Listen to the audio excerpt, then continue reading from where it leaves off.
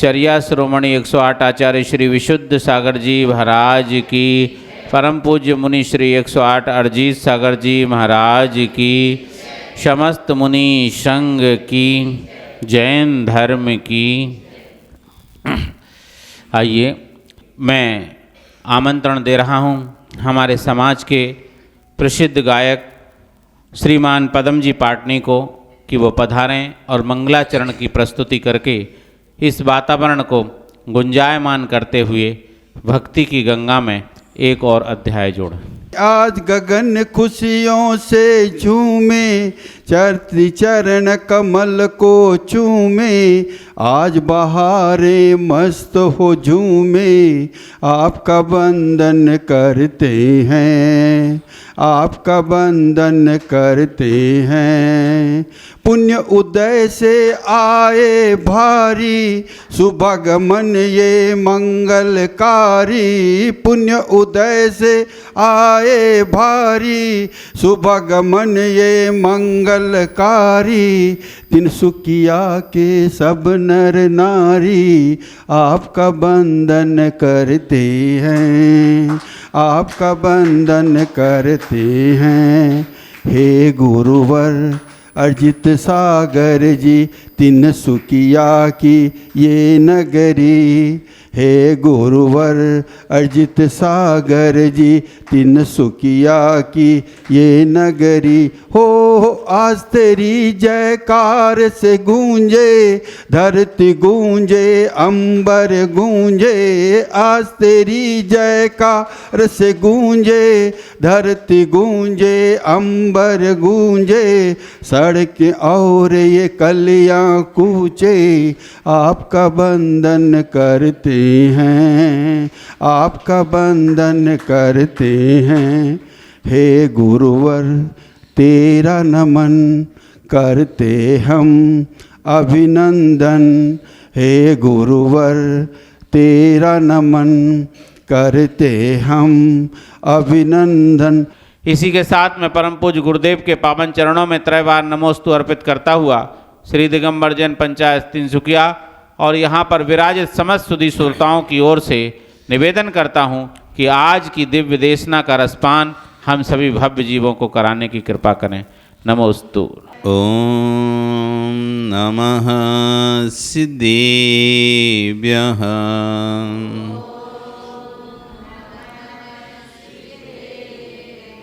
ओम नमः सिद्धेभ्यः।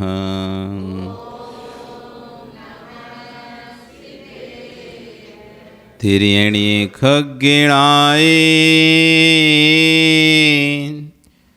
रुत्तारी मोहि सिर सिरणि विहो, आयरी राव पसियो परवादिण्यो भव्य जी लोए। नमो अरिहंताणं, नमो सिद्धाणं, नमो आयरियाणं, नमो वज्रायाणं, नमो लोये सव्यसाहूणं। बोले अनंत अनंत से परमेष्ठी भगवान की, आदिरम आदिनाथ भगवान की, वर्तमान शासन महावीर भगवान की, आचार्य गुरुवर श्री आचार्य कुलवंत स्वामी महाराज जी की, आचार्य गुरुवर श्री ईश्वर विशुद्ध सागर जी महाराज जी की, अहिंसा में विश्व धर्म की।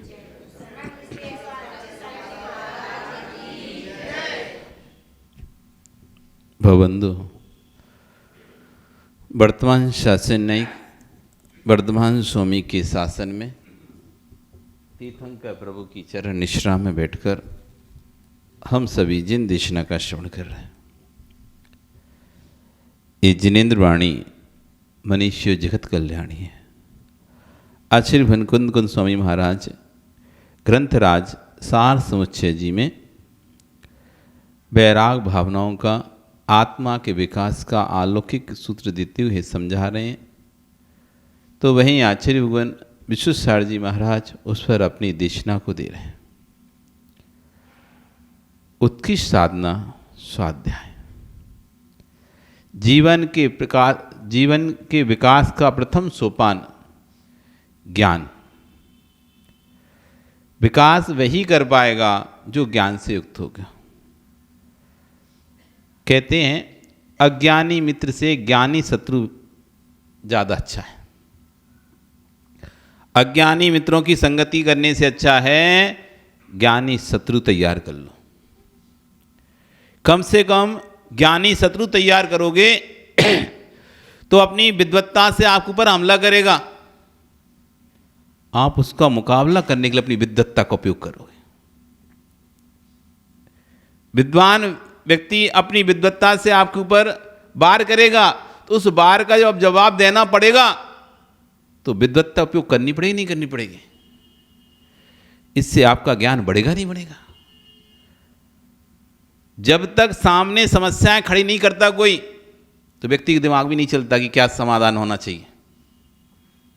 जब तक समस्याएं नहीं आती तो व्यक्ति समाधान भी नहीं खोजता, और समाधान नहीं खोजता उसका ज्ञान का विकास नहीं होता।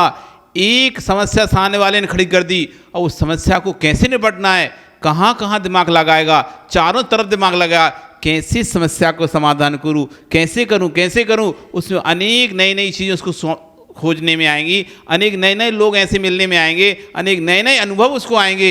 यदि समस्या खड़ी नहीं करता तो ये अनुभव भी नहीं आते।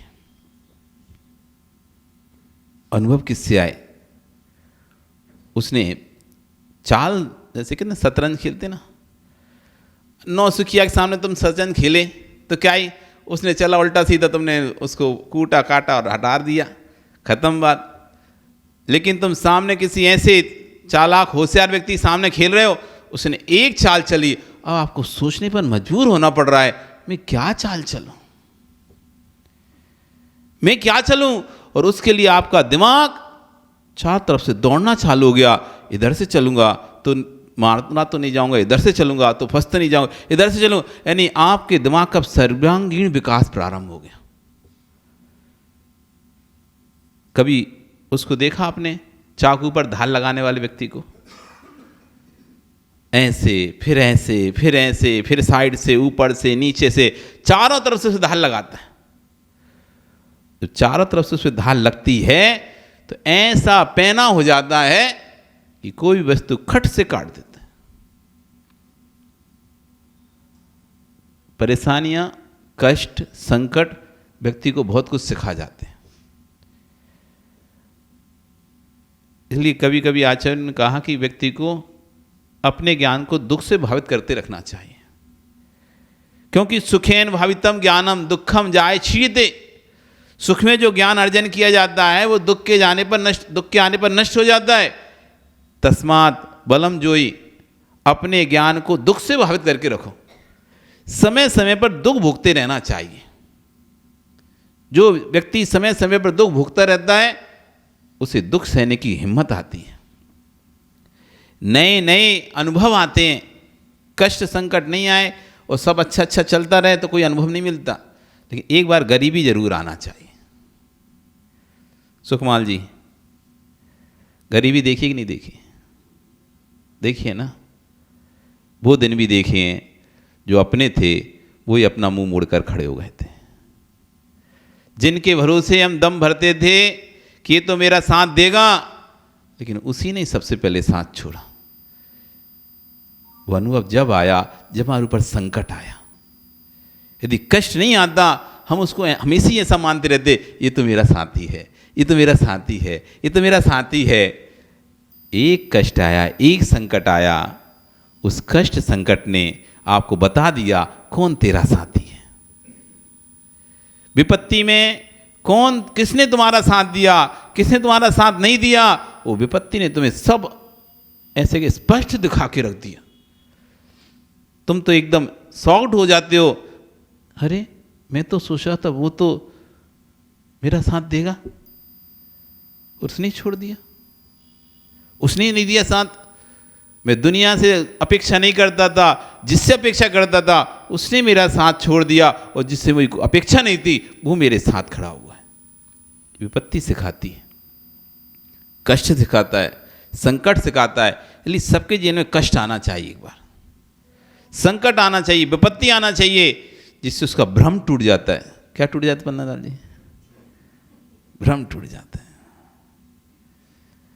जग में जिसको निज कहता मैं, वह छोड़ मुझे चल देता है। मैं आकुल व्याकुल हो लेता, व्याकुल का फल व्याकुलता है। तब समझ में आएगी इन लाइनों को। तब इनका अभी तो पूजन करने में आनंद आता है, अभी अर्थ नहीं आता, अनुभव नहीं है। जिसने ठोकरें खाई हो, जिसने कष्ट झेला हो, जिसने धोखा झेला हो, वो जब इस पूजन करेगा ना तब उसको लगेगा हाँ यही तो मेरे साथ हुआ। जिसके लिए मैं रोता रहा, जिसके लिए रोता रहा, पता चला वो तो मस्त हंस रहा है। हम उसके लिए रोए जा रहे हैं, मरे जा रहे हैं, वे तो मस्त अपने में हंस रहे हैं, उन्हें कोई फर्क ही नहीं पड़ रहा। इसलिए आचार्य उनके स्वाध्याय आपके ज्ञान को पहना करता है, आपकी साधना में रंग लेके आता है, आपकी साधना में निखार लेके आता है। उत्कृष्ट कोई साधना है स्वाध्याय। स्वाध्याय करो, तभी सारे तपों को आराम से आप अच्छे से तप पाओगे। स्वाध्याय परम तपा कहा गया है, स्वाध्याय परम तपा। सभी तपों में, क्योंकि ज्ञान नहीं है तो तप बेकार। ज्ञान ही नहीं है, आपके पास आटा भी है, घी भी है, पानी भी है, गैस भी है, सब कुछ है, सामग्रियां सारी हैं, लेकिन बनाने का ज्ञान नहीं है, तो क्या ही करोगे? बेकार कर दोगे, सब मिटा दोगे। वही थोड़े से घी में काम हो जाता, तुम पूरा घी भी बेकार कर दिए और काम भी नहीं हुआ। तो ज्ञान के अभाव में आपकी क्रियाएं बेकार हो गई, आपकी तपस्या बेकार हो गई। इसलिए ज्ञान को परम तप, ज्ञान मध्य दीपक कहा गया। मध्य दीपक, 3 प्रकार के दीपक होते हैं, एक आदि दीपक, एक मध्य दीपक और एक अंत दीपक। आदि दीपक मतलब प्रारंभ में रख दो, आगे रख दो, घर के आगे रख दो तो पीछे तक प्रकाश जाएगा, आगे आगे प्रकाश फैलाएगा। बीच में रख दो तो आगे पीछे दोनों तरफ प्रकाश फैलाएगा, पीछे रख दो पीछे से आगे की तरफ प्रकाश फैलाएगा। तो आदि मध्य अंत दीपक होते हैं। तो ज्ञान मध्य दीपक है, जो दर्शन को भी स्वच्छ रखता है और चारित्र को भी स्वच्छ रखता है, जिससे सम्यक दर्शन भी स्वस्थ बना रहता है और सम्यक चारित्र स्वस्थ बना रहता है। ज्ञान है तो समझ में आता है कि हम कहाँ पर गलतियां कर रहे हैं, कहाँ पर मिस्टेक कर रहे हैं, कहाँ पर भूल कर रहे हैं। नहीं तो व्यक्ति को पता ही नहीं, तो वो गलतियां करते रहता है, उसको पता ही नहीं वो गलतियां कर रहा है, क्योंकि उस विषय में से ज्ञान ही नहीं है। इसलिए आचार्य ज्ञान, पर्वत की चोटियों पर तुम बैठ नहीं सकते, नदी के किनारे जा नहीं सकते, वृक्ष के नीचे बैठ नहीं पा रहे हो, तो क्या करो? चित्त घूम रहा है तो इस चित्त को शांत कैसे करो? बंदर को यदि उद्यान मिल जाए तो पूरा उद्यान उजाड़ देगा। किसी बंदर को यदि किसी उद्यान में प्रवेश करा दो तो पूरा बगीचा बिगाड़ दे, कभी इस डाल पे कूदे, कभी उस डाल पे कूदे, कहीं वो पेड़ पे कूदे, कहीं वो पेड़ कूदे। फल सहित वृक्ष मिल जाए और बंदर उस पर चढ़ जाएगा तो अन्न वनस्पतियाँ सुरक्षित हो जाएंगी। यदि उसे फलदार वृक्ष पर चढ़ा दिया बंदर को तो शेष सारे वृक्ष सुरक्षित हो जाएंगे, क्योंकि कभी ये फल खाएगा, कभी वो फल पाएगा, कभी वो फल खाएगा, तो उसी वृक्ष में घूमता रहेगा। ऐसी मन को आचार्य मरकट की संज्ञा दी है, मन को मरकट की संज्ञा दी है। यदि आपने इसे खुला छोड़ दिया, ये तुम्हारे चारित्र को नष्ट कर देगा, तुम्हारे दर्शन को नष्ट कर देगा, तुम्हारे ज्ञान के बगीचे को उजाड़ देगा। इसको श्रुत स्कंद के पेड़ पर चढ़ा दो। किस पर? श्रुत स्कंद, यानी जिनवाणी का विषय दे दो इसे, इस मन को विषय दे दो।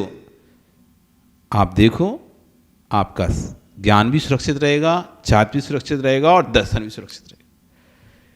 शुद्ध स्कंद पर चढ़ा दो, जिसमें न्याय एवं प्रमाण की पत्तियां लगी हैं, तत्व के पुष्प लगे हैं, मोक्ष के फल लगे हैं। क्या होता है न्याय, जानते हो? न्याय किसे कहते हैं? न्याय किसे कहते हैं? आपको नहीं पता? ने वो पन्नालाल जी, ने ना और या ने किसे कहते हैं? अब जब यदि ज्ञान ने का ही ज्ञान नहीं है ना, तो कभी आपको जिनवाणी का ज्ञान हो ही नहीं सकता। ये तो 100% 100% लिख के रख लो। यदि आपको नए प्रमाण के बारे में नहीं पता, तो मतलब आपको जिनागम के बारे में कुछ भी नहीं पता।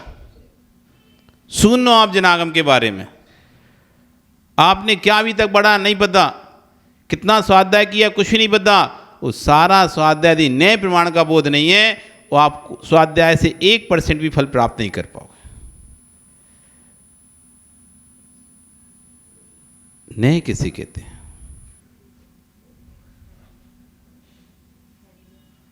वस्तु के कथन करने की शैली को नए कहा जाता है।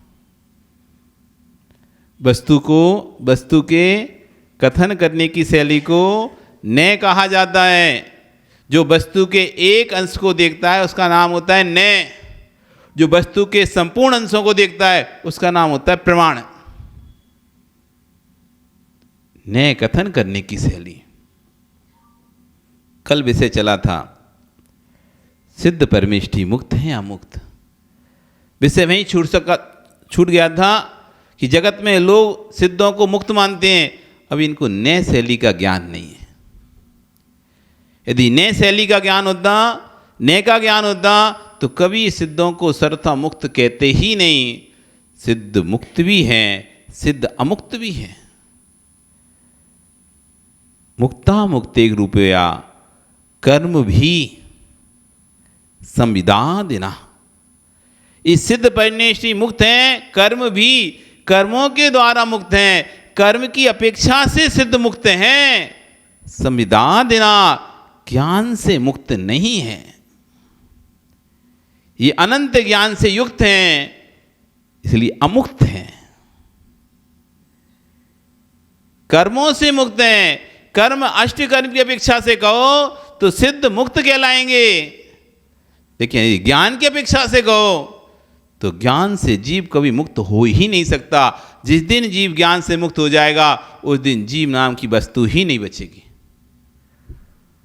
अग्नि से उसकी उष्णता कम मुक्त होगी। अग्नि से उसकी उष्णता कम मुक्त होगी। बताओ पन्नालाल जी, जब पानी डाल देंगे तब हैं? हम सोच रहे थे, हम पता चल गया आप यही बोलने वाले हो।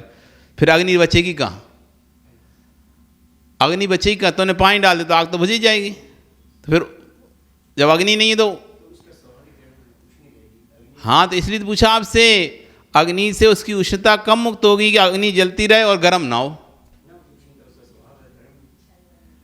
कम मुक्त होगा, वो कभी मुक्त नहीं होगी।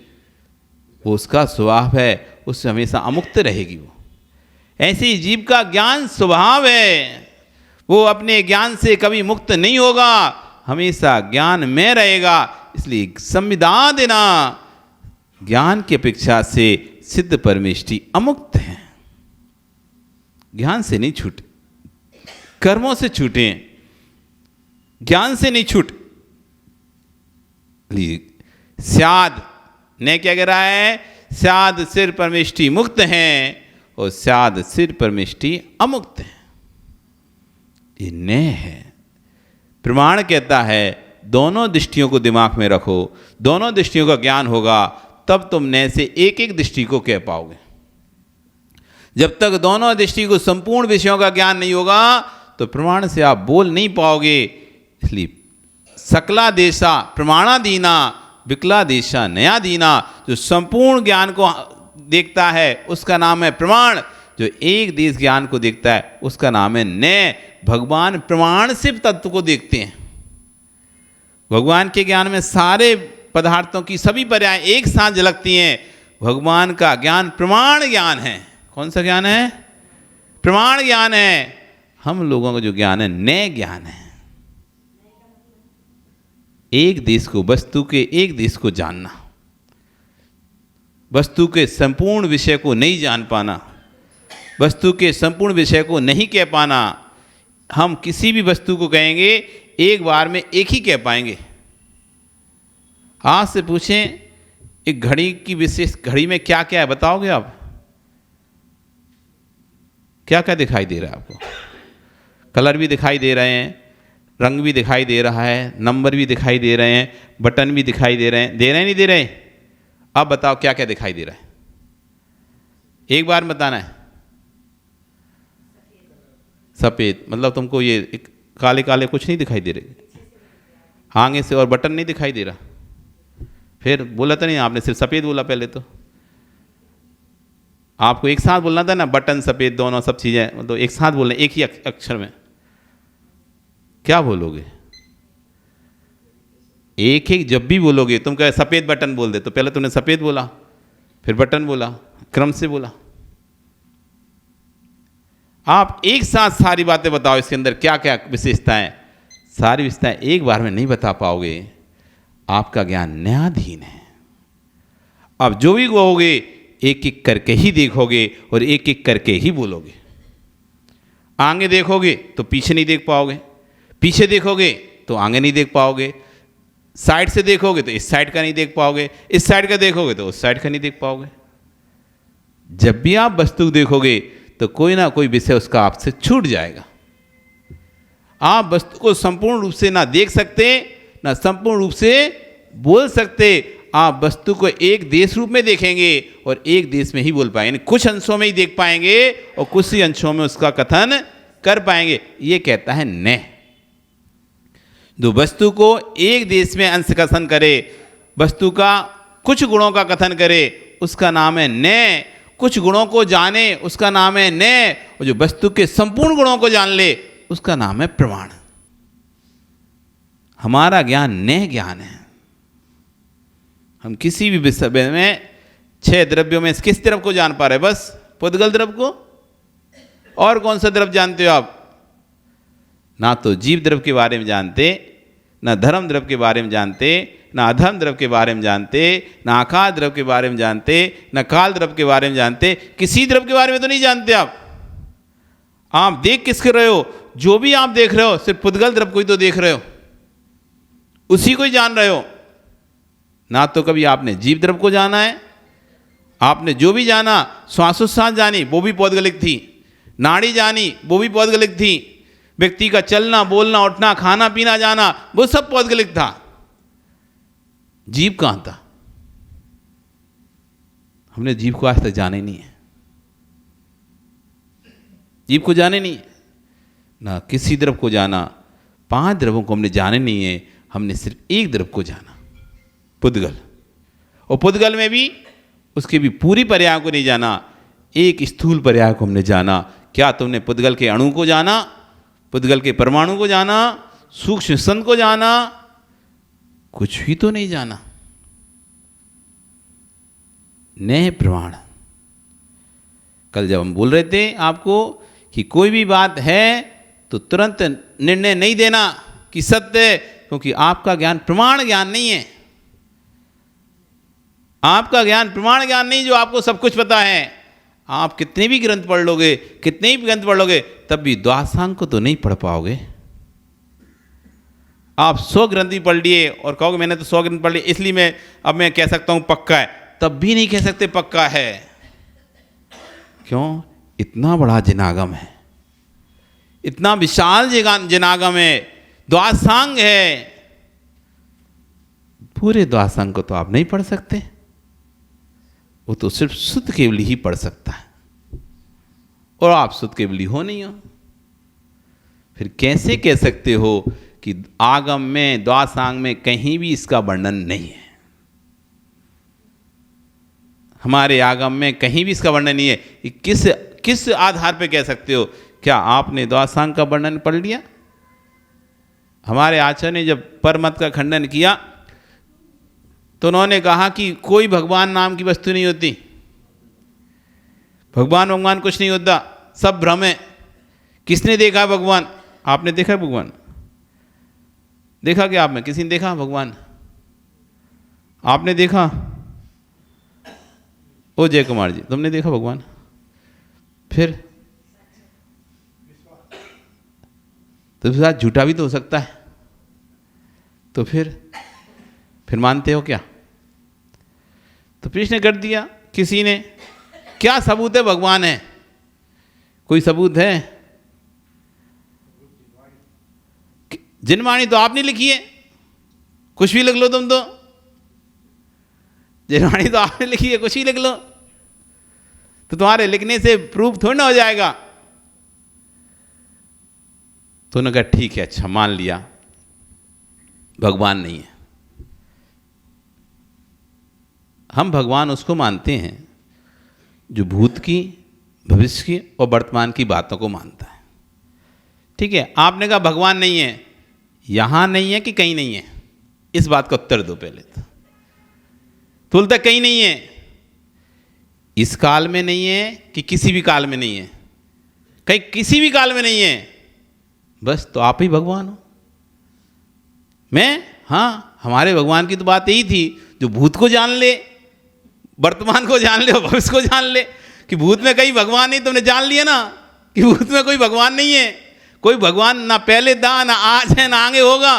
तो आप तो तीनों कोलों की बातों को जानने लगे, यही तुम्हारा भगवान है। अपने आप से ठोक लिया। आप भगवान की परिभाषा तो यही थी ना, जो सब कुछ जानता हो, उसी का नाम तो भगवान है। आप भी ये बात मानते हैं सब कुछ जानता हो, उसी नाम बदल। ऐसा कोई व्यक्ति नहीं जो सब कुछ जानता हो। फिर आपने तो जान लिया सब कुछ, ना पहले था, ना भी है, ना आगे होगा। आप बोल रहे हो। यदि ये कहते वर्तमान में नहीं है, इधर पंचम काल में भरत क्षेत्र में भी कोई भगवान नहीं दिखाई देता, तो मान लेता साक्षात अरिहंत परमेष्ठी नहीं है, समुषण नहीं लग रहा पंचम काल में, तो मान लेता कोई अरिहंत परमेष्ठी साक्षात नहीं है। लेकिन यदि आप कहते हो कहीं भी नहीं है, तो विदेश क्षेत्र में आज भी अरिहंत परमेष्ठी विराजमान है। आज भी उनका समुषण लग रहा है। आप कुछ भी जो कहोगे वो अधूरा ही होगा, वो कभी पूरा हो नहीं सकता, क्योंकि आपका ज्ञान नए ज्ञान है। कभी भी ग्रंथों को पढ़ो, नए दृष्टि जब रहेगी तो आप ग्रंथों को पढ़ पाओगे, नहीं तो ग्रंथों का अर्थ ही नहीं समझ पाओगे। क्योंकि आचार्यगणों की ऐसी शैली है, आगे कुछ कहते हैं, पीछे कुछ कहते हैं। जैसे उस दिन बात हुई, इधर कहेंगे जीव मरते नहीं है, जन्म मरण नहीं होता जीव का, जीव तो अजन्मा है, अमर अजर है, अमर है। और भाई आगे कह देंगे जीव तो मरता है, जीव तो जीता है, जीव का जन्म हुआ। अभी आचार्यगण का अवतरण दिवस आ रहा है 18 तारीख, तो जीव जन्मा, तभी तो जन्म दिवस बना रहे हैं। नहीं जन्मा होता तो कहाँ से बनाते? तो इधर आचार्यगण कह रहे हैं जन्मा मरा, जन्मा हमारे अकेला चेतन, सुख दुख कब होगी? ये चेतन अकेला जन्मता है, अकेला मरता है और अकेला ही सुख दुख का भोग करता है। इधर ये कहते हैं और इधर कहते हैं कि जीव तो कोई कभी जीव का ना जन्म हुआ है ना कभी मरेगा, अजन्मो स्वरूपो हम, मेरा स्वरूप ही अजन्मा है, मैं कभी जन्म भी नहीं लिया। तो दो बातें कैसे कर रहे हैं आचार्य भगवान? ये दो बातें नहीं कर रहे, ये दो प्रकार से कह रहे हैं। दो बातें नहीं कर रहे, दो प्रकार से कह रहे हैं। जब हम व्यवहार से देखते हैं, जब हम लोग जीव के और पुद्गल के संयोग को देखते हैं, जीव और पुद्गल के संयोग से जो परिणति बनती है, श्वासोश्वास, भाषा, मन, आयु, तब हम कहते हैं जीव इनके वियोग होने पर मरता है और इनके संयोग होने पर जीता है। जब हम अकेले मात्र जीव द्रव्य को देखते हैं, तो जीव द्रव्य में ना तो श्वासोश्वास है, ना आयु है, ना भाषा है, मन है। क्योंकि आयु भी पौद्गलिक कर्म है, भाषा भी पौद्गलिक है, मन भी पौद्गलिक है, सब चीज़ पुद्गल है। जीव तो चेतन है, चेतन में कोई आयु नहीं, चेतन में कोई श्वासोश्वास नहीं, चेतन में कोई मन नहीं, चेतन में कोई प्राण नहीं। 10 प्राणों में से वहाँ तो चेतन में कोई इंद्रियां नहीं, वहाँ सिर्फ आत्मा, सिर्फ आत्मा। तब कहेंगे आत्मा तो अरस अरूपमगंधम मब्बत्तम छेदना गुणमसद्दम जान अलिंगम गहणम। आत्मा अरस है, अरूप है, अगंध है, अलिंग है, कोई लिंग नहीं है आत्मा का। जब समय सार में जाएंगे कुंद कुंद स्वामी ऐसा कहेंगे, और भाई नेमीचंद भगवान के पास जाएंगे, स्वामी के पास, वे कहेंगे नहीं तिक्काले चदुबाणा इंद्रिय बल माऊआण पाड़ोआ विव्यारा सुजीवो। जो तीनों कालों में 4 प्राण से जीता है वो जीव है। 8 ज्ञान 4 दर्शन जिसका लक्षण है वो जीव है। तो अलग अलग व्याख्याएं अलग अलग आचार्य ने की, तब यदि हमको नए ज्ञान होगा। इसने से इन्होंने ये व्याख्यान किया, इसने से ये व्याख्यान किया, दोनों व्याख्यान अपने अपने स्थान पर सत्य हैं। दोनों व्याख्यान अपने अपने स्थान पर सत्य हैं। ये नए प्रमाण का ज्ञान वाला व्यक्ति ही इसको जान पाएगा, और नए प्रमाण का ज्ञान नहीं है आप तुरंत उठ बैठोगे, नहीं ये सत्य है, ये गलत है, ये सही है, ये गलत है। अभी आपको नए प्रमाण का बोध नहीं है। नए प्रमाण से जो युक्त है उसका नाम है श्रुत स्कंद है। ऐसे श्रुत स्कंद पर इस मन मरकट को चढ़ा दो तो तेरा चारित्र का, दर्शन का, ज्ञान का उद्यान सुरक्षित रह जाएगा। यदि आपने इस श्रुत स्कंद पर नहीं चढ़ाया तो चारित्र बगीचे को उजाड़ देगा। आप सामान्य उपदेश कितने दिन सुनते रहो, पर यह मालूम नहीं होगा कि इतने रहस्यपूर्ण तत्व हमारे जनागम में। हम सामान्य उपदेश सुनते रहते इसलिए हमें पता नहीं चलता कितने गहरे गहरे गहरे गहरे राज हमारे जनागम में हैं। आप एक बार स्वाध्याय की लगन लगा लो अपने अंदर। नहीं समझ में आता समझने की कोशिश करो, लेकिन बड़े बड़े ग्रंथों को पढ़ने की कोशिश करो। बहुत पढ़ ली छोटे छोटे ग्रंथ, अब थोड़े लेवल बढ़ाओ अपना। कहानी किस्सा बहुत पढ़ लिया, कहानी किस्से बहुत हो गए, बहुत पुराण पढ़ लिया आपने, अब थोड़ा लेवल बढ़ाओ। अब मैं द्रव्य संग्रह पढ़ता हूँ, अब मैं गोमटसार जीव कांड पढ़ूंगा, अब मैं गोमटसार कर्म कांड पढ़ूंगा, अब मैं कर्णानी युग के ग्रंथ पढ़ूंगा, अब मैं चरणानी युग के ग्रंथ पढ़ूंगा, अब मैं द्रव्यानी युग के ग्रंथ पढ़ूँ। प्रथमानी के ग्रंथ करते पढ़ते उम्र निकल गई, कुछ भी फर्क नहीं पड़ा। इधर पढ़ते हो कहानी, उधर भूल जाते हो। अब थोड़े कर्णानी युग पर आओ, जिसको अपने मन को स्थिर रखना है और सामायिक करना है। जिसको सामायिक करने का बड़ा शौक रहता है, ध्यान करने का शौक रहता है, उसको कर्णानी युग के ग्रंथ पढ़ना पड़ता है। यदि आपने कर्णानी युग के ग्रंथ नहीं पढ़े, आप सामायिक ही नहीं कर पाओगे, आप ध्यान ही नहीं कर पाओगे। क्यों? ध्यान करने के लिए मन को स्थिर करना पड़ेगा, सामायिक करने के लिए मन को स्थिर करना पड़ेगा, और मन को स्थिर करने के लिए मन को विषय देना पड़ेगा। और मन को विषय, जब तक कठिन विषय नहीं मिलेगा मन को, तो मन टिकेगा नहीं। नमकार मंत्र पढ़ते हो आप लोग? पढ़ते हो ना? पढ़ के सुनाओ सुकुमाल जी।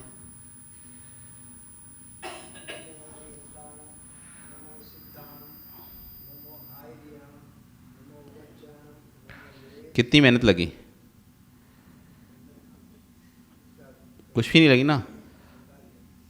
नहीं, आपको कोई ऐसा लगा कोई मेहनत लग रही है? नॉर्मल है ना, रोज पढ़ते हैं, याद है। नमो ओरियंताणम, नमो सिद्धाण, नमो आर्याणो वज्जाय, नमो लोई सब सणो। पंकज याद है तुमको नमकार मंत्र? सुनाना।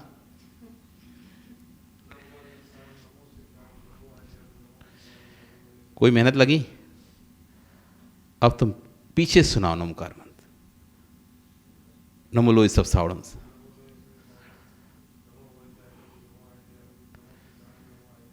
हैं? आप फिर से सुनाओ, ध्यान से सुनाना, गड़बड़ नहीं करना। हाँ बोलो। नमो लोई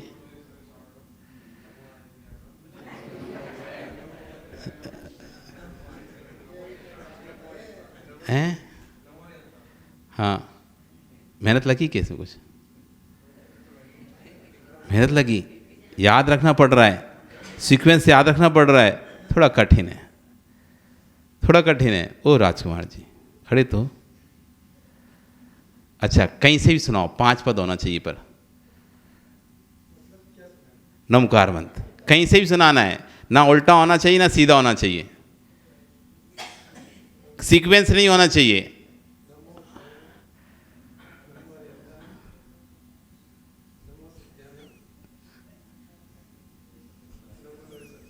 एक छूट गया फिर अभी।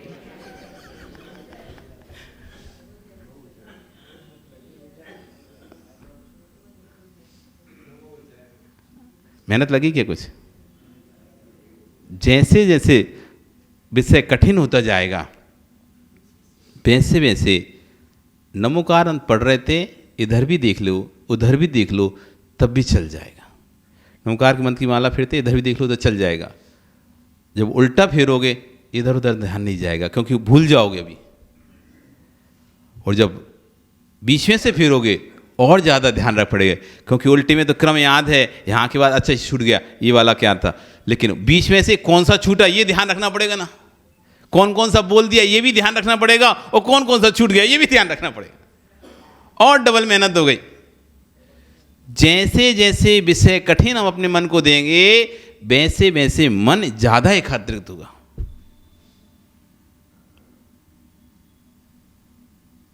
महेंद्र जी नमकार बनता आता है, सुनाओ तो।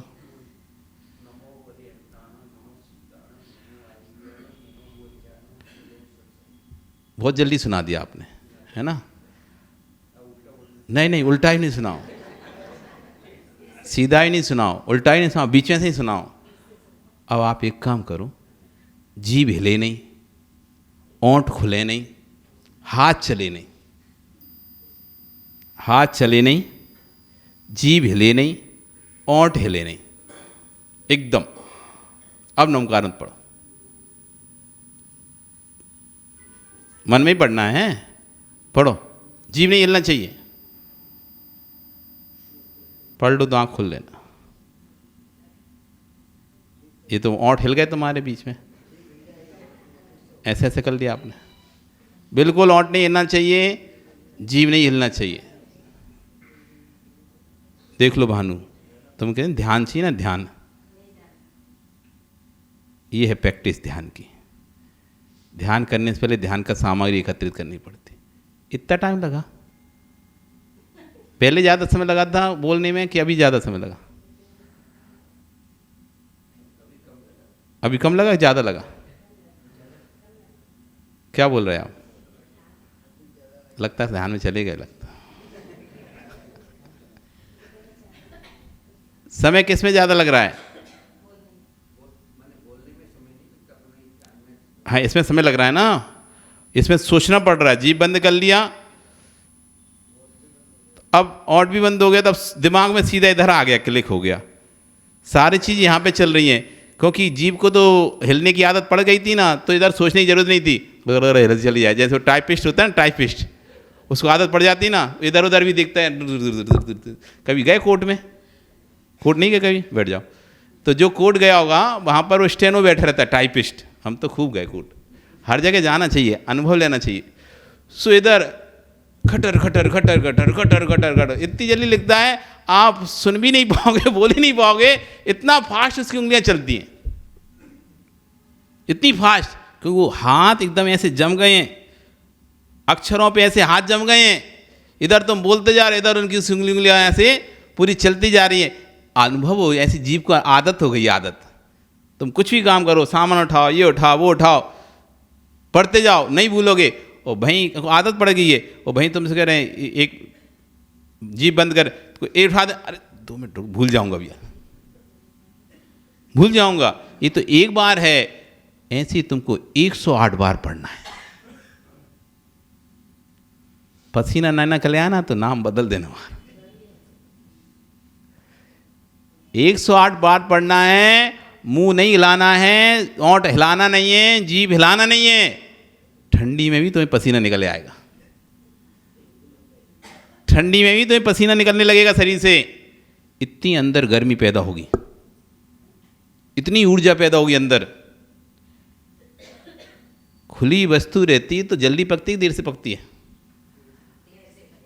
और वही वस्तु यदि ढांक के रखी जाए तो ज़्यादा एनर्जी संगठित होती है अंदर, ज़्यादा ऊर्जा संगठित होती है, ज़्यादा वाष्प, ज़्यादा गैस जब बनती है तो जल्दी से 3 सीटी में काम हो जाता है दाल का। कितनी सीटी लेते हो? और वही तुम पतीली में रखो, देखते रहो खोल खोल के बार बार, फिर देख लो, फिर देख लो, चल गई चाल तुम्हारी तो। घंटा 2 घंटा तक ऐसी चलता रहना। ऐसी जितने हम संगठित हो जाते हैं, जितने आपको संगठित करते हैं, उतनी अधिक एनर्जी, उतनी अधिक ऊर्जा हमारे अंदर जागृत होती है, अंदर बनती है। इसलिए कहा सामान्य उपदेश और विशिष्ट उपदेश। कठिन जैसे जैसा विषय कठिन मिलेगा, आपका दिमाग काम करेगा, आपका दिमाग उस पर चलेगा, और सामान्य कार्य मिलेगा तो चल रहे हैं। तो ऐसे गहरे रहस्यों को, रहस्यपूर्ण ग्रंथों को हमको पढ़ना चाहिए। करणान योग को ग्रंथों को पढ़ोगे तो उसमें बहुत सारा गणित है, बहुत सारा घटा जोड़ बाकी भाग हैं, तो आपका दिमाग उसमें चलेगा। जीव कहाँ कहाँ है, कहाँ कहाँ है, कौन कौन सी जगह रहता है जीव? गति में रहता है, इंद्रियों से पकड़ा जा सकता है। एक व्यक्ति को पवन जी आप कैसे कैसे पकड़ सकते हो? एक व्यक्ति के बारे में उस किसी का आपको एड्रेस जानना, पता जानना है, आप कहाँ कहाँ से उसका पता ले सकते हो? बताओ।